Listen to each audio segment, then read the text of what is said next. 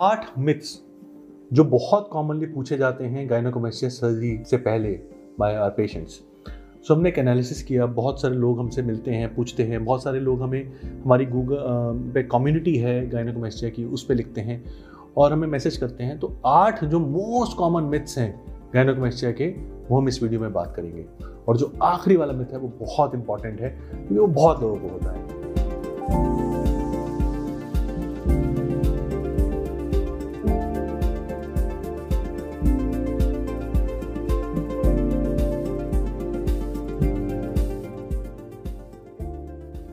हाय, मैं डॉक्टर गुप्ता हूँ। मैं एक बोर्ड सर्टिफाइड प्लास्टिक सर्जन हूँ, दिल्ली में काम करता हूँ। बॉडी कंटूरिंग और ब्रेस्ट सर्जरीज में हमारा बहुत ज़्यादा स्पेशलिटी है। सो पहला मिथ गायनेकोमेस्टिया के पेशेंट्स को जो होता है कि ये जो बीमारी है, ये जो प्रॉब्लम है, जो ब्रेस्ट टिश्यू बन गया है छाती में, ये हमारा मेडिसिन या इंजेक्शन से ठीक हो जाएगा। So let me assure you कि ये नहीं होगा, क्योंकि अगर आपका ब्रेस्ट टिश्यू बन गया है, जो बनता है आपकी एडोलेसेंट में, अगर एडोलेसेंट हाइपरट्रॉफी ऑफ ब्रेस्ट हुई है हार्मोन चेंज के द्वारा या स्टेरॉइड अब्यूज़ करके, अगर आपने बहुत ज़्यादा एंड्रोजन या ईस्ट्रोजन एनाबॉलिक स्टेरॉइड लिए हैं और आपकी बॉडी ने उसको एक ईस्ट्रोजन में मेटाबोलाइज कर दिया है और आपको गायनेकोमेस्टिया बन गया है, सो टिश्यू बन गया है। किसी भी कारणवश अगर गायनेकोमेस्टिया का टिश्यू बन गया है, वो आपका मेडिसिन या इंजेक्शन से ठीक नहीं हो सकता। दूसरा कॉमन मिथ कि मैं इसको एक्सरसाइज से ही ठीक कर लूँगा या मेरा एक्सरसाइज से ही गायनेकोमेस्टिया खत्म हो जाएगा। So let me assure you कि नहीं हो सकता। हाँ, अगर आपका सूडो गायनेकोमेस्टिया है या फैट कंपोनेंट ज़्यादा है तो वो तो आपका एक्सरसाइज से कम हो सकता है। लेकिन अगर ग्लैंड है, बिकॉज जैसे मैंने आपको बताया कि अगर एक ब्रेस्ट टिश्यू बन गया है तो सर्जरी के बिना नहीं जा सकता, उसको हमें ठीक ही करना पड़ेगा सर्जरी से। तीसरा कॉमन मिथ है कि दोबारा हो जाएगा। So let me assure you, ये भी नहीं हो सकता। ये कि परमानेंट क्योर होता है बाय सर्जरी। हाँ, अगर आप साथ में कुछ मेडिसिन या स्टेरॉइड वगैरह लेते रहे जिसकी वजह से गायनेकोमेस्टिया हो सकता है, तो आपको दोबारा हो सकता है। लेकिन अगर आपका एडोलेसेंट हाइपरट्रॉफी ऑफ ब्रेस्ट है, जो हार्मोन चेंजेस से हुआ था, वो दोबारा नहीं हो पाएगा अगर हमने एक बार सर्जरी से अच्छे से क्योर कर दिया।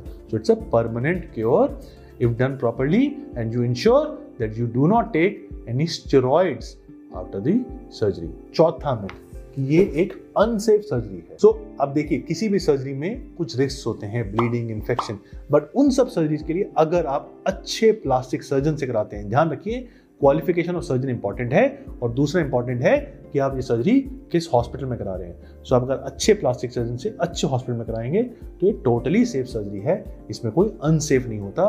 ये बहुत ही इंपॉर्टेंट मिथ है। बहुत से लोग सोचते हैं कि हाई सर्जरी है, कुछ घबराहट की बात है, कुछ गड़बड़ हो जाएगा।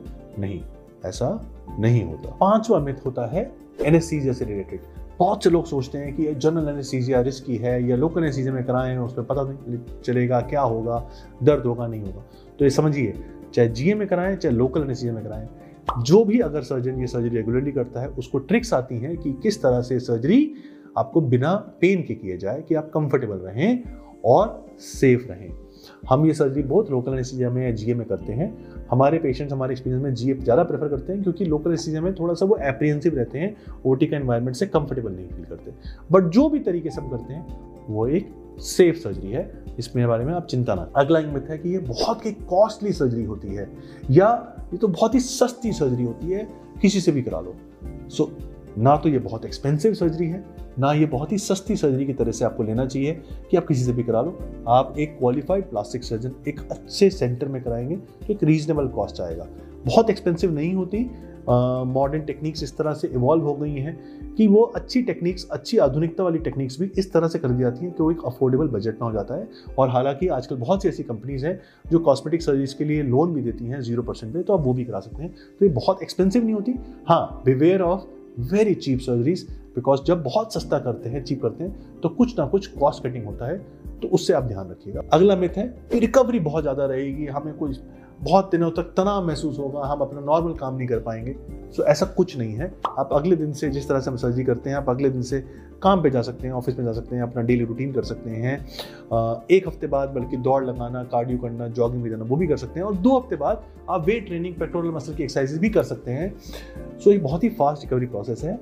ये बहुत मतलब पेशेंट्स कंफर्टेबल रहते हैं, इसमें कोई दिक्कत नहीं होती। और आखिरी 8वीं मिथ जो बहुत कॉमन है कि जब हम सर्जरी करा लेंगे तो मेरे साथ में मेरे पार्टनर को, दोस्तों को, जब हम स्विमिंग पे बीच हॉल्ट पे जाएंगे तो पता चल जाएगा कि मैंने सर्जरी कराई है, क्योंकि बहुत से लोग चेस्ट के सामने स्कार देते हैं, एरियोला के सामने स्कार देते हैं।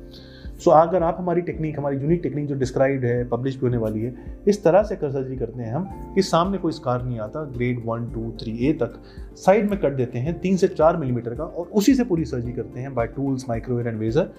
तो वो जो 4 मिलीमीटर का स्कार है 7-8 महीने में ऐसा हील हो जाता है कि पता नहीं चलता और बहुत हल्का पता चलता है, और जो होता भी है वो हाथ के नीचे छुपा रहता है। तो आप सोचिए, आप स्विमिंग पे, बीच हॉल्ट पे जाएंगे तो किसी को पता ही नहीं चल पाएगा कि कभी कोई सर्जरी कराई है। ये मेरा एक अटेम्प्ट था जो मोस्ट कॉमन मिथ्स हमसे पेशेंट पूछते हैं, 8 मोस्ट कॉमन मिथ्स गायनेकोमास्टिया के रिलेटेड, मैं सबको एक से एक करके सारा कुछ क्लियर कर दूं आपको, और आपको बता पाऊँ कि व्हाट इज राइट साइंटिफिकली। अगर आपको कोई भी डाउट्स हैं, कुछ भी क्वेश्चन है, आप हमसे, हमारी टीम से कनेक्ट कर सकते हैं। We are always there to guide you scientifically. Take care, bye bye.